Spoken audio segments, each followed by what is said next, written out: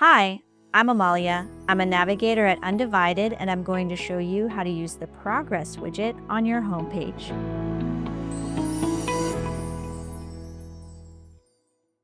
You'll find the Progress widget at the top of your homepage. The Progress widget is activated if you are in a trial or have a paid membership.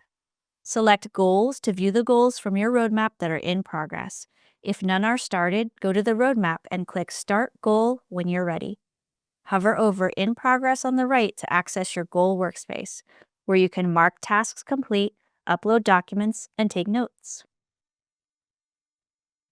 Select Tasks to view the tasks associated with your goal or goals.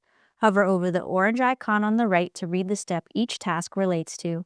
Once you have completed the task, mark it complete. You can also add custom tasks at any time. You can filter your goals and tasks by category.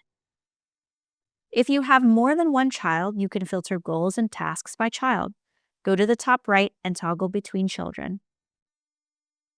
Once you mark a goal is complete, that goal and its related tasks will be removed from In Progress, so you can move on to the next priority in the roadmap. And that's how you use the Progress widget. Contact support@undivided.io if you need help or want to learn more.